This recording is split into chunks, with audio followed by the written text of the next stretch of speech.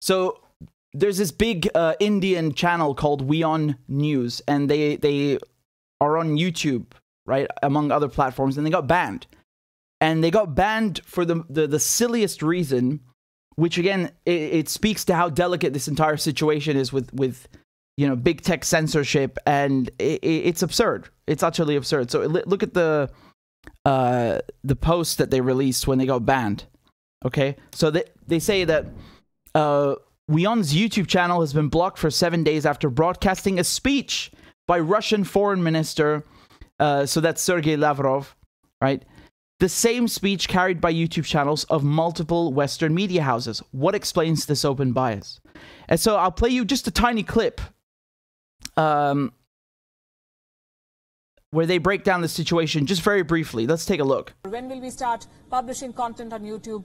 First of all, thank you all for your concern and trust. You deserve to know what is going on, and I must tell you why YouTube has blocked us. They had a problem with one of our videos, this one, from the 10th of March. What does it show? 2 live speeches, one by Ukraine's Foreign Minister Dmitry Kuleba, the second by Russian Foreign Minister Sergei Lavrov. Days went by, nothing happened. Then on the 22nd of this month, we got a message from YouTube. They removed our video. They said it violated YouTube's community guidelines. Now, this happens all the time. Algorithms consistently get things wrong. And when they do, our team reaches out to YouTube. Within hours, things are sorted, usually.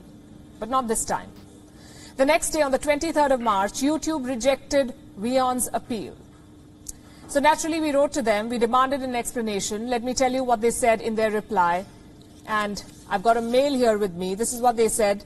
Our community guidelines prohibit content denying, minimizing, or trivializing well-documented violent events, including the Russian invasion of Ukraine.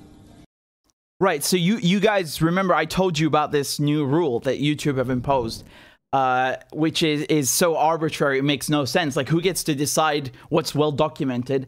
And how do you make sure that the algorithm or whatever you have doing that is actually working? Because in this case, it wasn't an opinion or something. They literally just played the speech at the press conference that Lavrov was giving.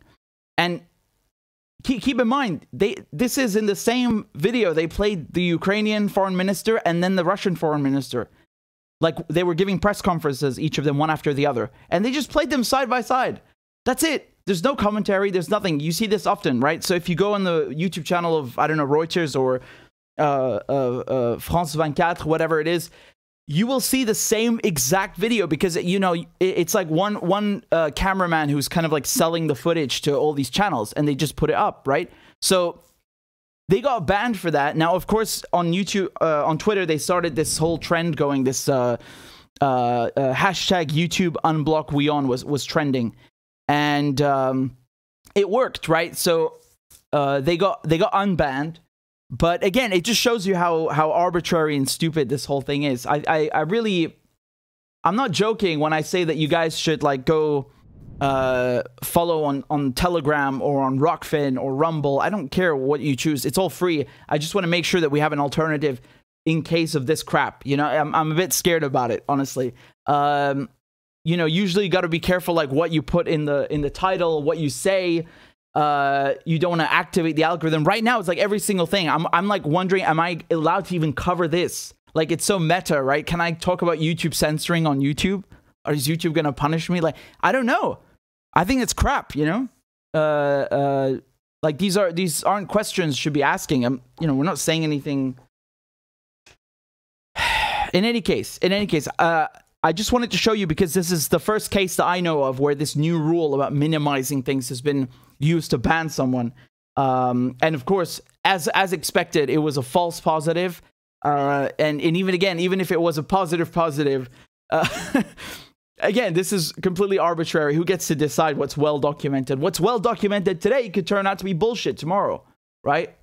Do I need to tell you, for example, things happen in Syria that were well documented? Turns out they're BS, right? So it's basically a way of saying if you counter the official narrative, we'll shut you down.